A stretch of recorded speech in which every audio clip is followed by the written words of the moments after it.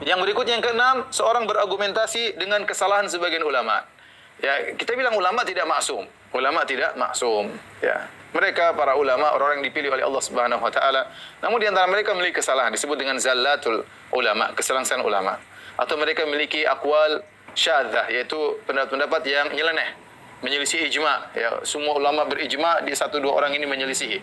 Nah, itu adalah kesalahan. Tidak boleh kita ikuti. Ini terjadi di kalangan para sahabat, di kalangan para tabi'in sampai ulama zaman sekarang, ya. Kesalahan-kesalahan yang merupakan kesalahan-kesalahan nyeleneh. Contoh seperti dari Ibnu Abbas radhiyallahu anhu disebutkan beliau pernah berpendapat bahwasanya namanya riba cuma riba nasi'ah, riba al-fadl tidak mengapa, ya. Bahkan sebagian diriwayatkan beliau mengatakan bolehnya mut'ah, ya, atau yang lainnya. Kemudian juga seperti Ibnu Umar radhiyallahu taala anhu kalau berwudu maka beliau masukkan air di mata. Ya. Apakah kita ngikutin? Enggak. Ini ijtihad Ibnu Umar dan salah. Kebaikan beliau sangat banyak, ribuan kebaikan beliau sangat banyak, beliau sangat terkenal mengikuti sunnah Nabi SAW, namun dalam hal ini beliau salah, ya. Maka ini tidak diikuti, kesalahan. Jangan sampai datang sebagian orang dia berwudu sambil masukkan air, dia gosokkan matanya, ya, karena dengan dalil mata dia sehingga melihat kemaksiatan maka perlu dimasukkan air dalamnya. Ibnu Umar pernah melakukan yang kita bilang itu kesalahan, jangan diikuti, ya. Karena kalau kita telusuri perkataan para ulama ada yang macam-macam, ada yang mengatakan boleh mut'ah tadi, ada yang mengatakan boleh menggauli istri dari misalnya dari duburnya misalnya, atau banyak pendapat-pendapat yang aneh-aneh.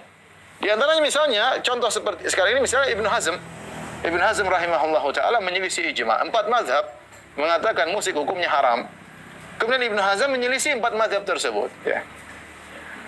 Berusaha mendhaifkan hadis dalam Sahih Bukhari yang ulama semua mensahihkan hadis tersebut. Itulah yakunan aqwamu min ummati yastalhil hirra wal harira wal khamra wal ma'azib, akan datang dari kaumku suatu kaum, dari umatku suatu kaum yang mereka menghalalkan zina, khamr, kain sutra bagi laki, dan menghalalkan alat-alat musik. Hadisnya sahih dalam Sahih Bukhari. Allah mensahihkannya. Kemudian datang Ibn Hazm mendhaifkan hadis ini, kemudian dia menyelisih ijma mengatakan bahwasanya musik hukumnya halal, maka tidak boleh kita mengikuti, ya.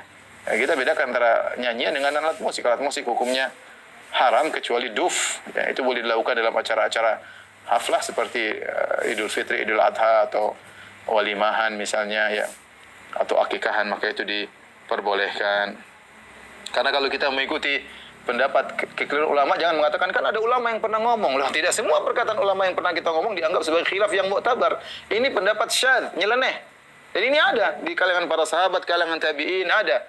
Saya para ulama, ya. Ini tidak boleh kita ikuti. Sampai ulama zaman sekarang ada juga pendapat nyeleneh, ya. Maka tidak boleh diikuti, namanya zallatul alim, itu kesalahan ulama, tidak boleh diikuti. Yang, ya, kalau kita mendapati kesalahan ulama, maka kita memaklumi bahwasanya mereka tidak maksum, dan kita mendoakan semoga mereka diampuni dan mendapatkan pahala dari ijtihad mereka, ya. Tetapi kita tidak boleh mengikuti. Kemudian di antara argumentasi yang keliru yang